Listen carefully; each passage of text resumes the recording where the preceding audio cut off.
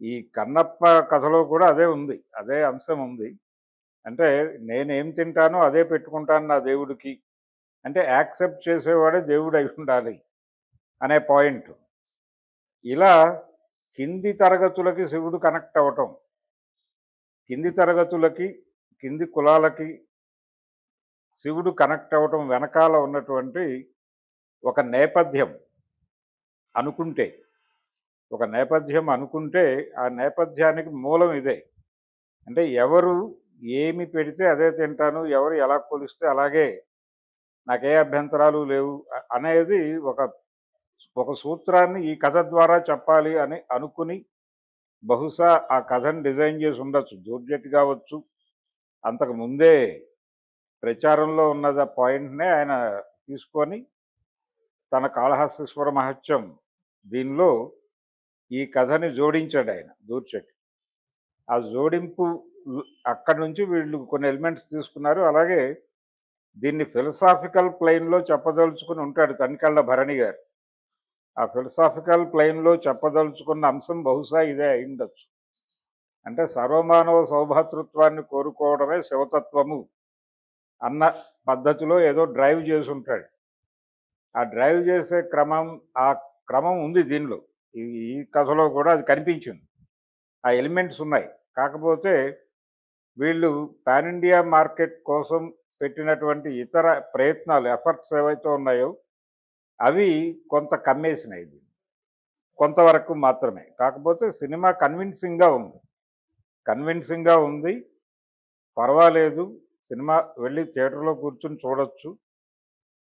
ప్రభాస్ కావచ్చు, మోహన్ లాల్ కావచ్చు, వాళ్ళ స్క్రీన్ స్పేస్ ఎంత ఏమిటి అనే వివరాల్లోకి వెళ్ళకుండా కథకి అవసరమైన పద్ధతిలో వాడుకున్నారు వాళ్ళని. అలాగే ఈ మధ్య కాలంలో వస్తున్నటువంటి ఈ పాన్ ఇండియా సినిమాలు చూస్తున్నటువంటి ప్రేక్షకులను ఆకట్టుకునే అంశాలు కూడా పుష్కలంగా ఉన్నాయి. నిజానికి అవే వాటి వాటిని ప్రధానంగా తీసుకుని వాటి చుట్టూ ఈ కథని అల్లారు. అందుకని వాటికి ఇవ్వాల్సిన ప్రాధాన్యత వాటికి ఇచ్చారు. వాటి ప్రాధాన్యత వాటికి ఉంది. అందుకని అన్ని ఈ జనరేషన్ ఆడియన్స్‌కి సినిమా బానే ఉంటుంది. ఆ జనరేషన్ ఆడియన్స్‌కి కూడా కొన్ని ఎలిమెంట్స్ నచ్చుతాయి. ముఖ్యంగా డైలాగ్ రైటర్ ఆకెళ్ళ శివప్రసాద్ కష్టం కనిపించింది. ఆయన అంటే డైలాగులు నార్మల్‌గానే వెళ్ళాలి. పౌరాణికాల్లో గ్రాంధిక భాష వాడాలి అనేటువంటి సూత్రమేం లేదు అని చెప్పి పింగళ నాగేంద్రరావు గారు ఆ రోజుల్లో చెప్పాడు. మాయాబజార్‌కి ఆయన రాసిన పౌరాణికాలన్నిటికి అదే పద్ధతి అనుసరించాడు. అయితే ఒక రకమైన పబ్లిక్‌కి కనెక్ట్ అయ్యేటువంటి గ్రాంధికంలా అనిపించే ఒక విచిత్రమైన భాష రాసేవాడాయన.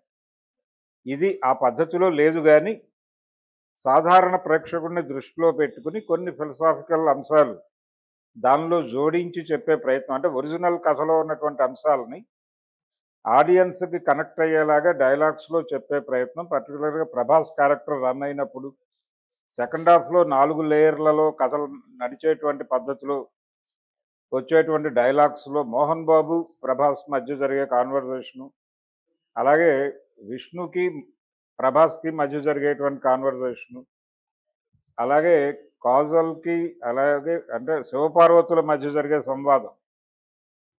వీటిలో తను ఏం జొప్పించాలనుకున్నాడో అంటే ప్రధానమైన కథని ఆ ఏరియాలో నడిపాడు.